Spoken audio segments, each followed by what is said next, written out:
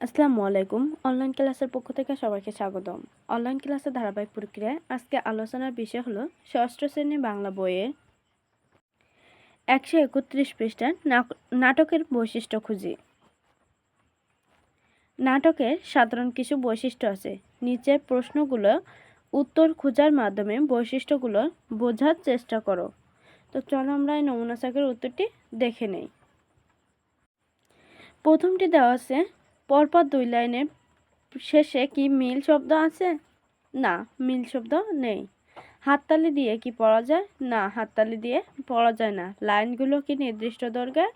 না, লাইনগুলো নির্দিষ্ট দৈর্ঘ্যের না। লাইনগুলো কি সুর করে পড়া যায়? না, লাইনগুলো সুর করে পড়া যায় না। এটি কি পদ্য ভাষায় লেখা? না, এটি পদ্য ভাষায় লেখা নয়। এটি কি গদ্য ভাষায় লেখা? হ্যাঁ, এটি গদ্য ভাষায় লেখা। এর মধ্যে কি কোনো কাহিনী আছে? হ্যাঁ, এর মধ্যে কাহিনী আছে।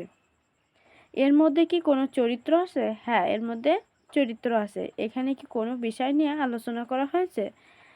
হ্যাঁ, এর মধ্যে বিষয় নিয়ে আলোচনা করা হয়েছে। এটি কি কয়েকটি অনুচ্ছেদে ভাগ করা? হ্যাঁ, না, এটি কয়েকটি অনুচ্ছেদে ভাগ করা না। এর মধ্যে কি সংলাপ আছে? হ্যাঁ, এর মধ্যে সংলাপ আছে। এটা কি অভিনয় করা যায়? হ্যাঁ, এটি অভিনয় করা যায়। তারপর হচ্ছে নাটক কি? অভিনয় উপযোগী করে লেখা সংলাপ নির্ভর রচনাকে নাটক বলে। তাহলে নাটক কাকে বলে? অভিনয়ের উপযোগী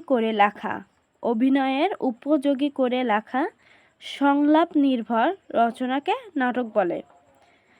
নাটকে একজন অন্যজনের সাথে যেসব কথা বলে সেগুলো কি সংলাপ বলে? তাহলে সংলাপ কাকে বলে? নাটকে একজন অন্যজনের সাথে যেসব কথা বলে সেগুলোকে সংলাপ বলে।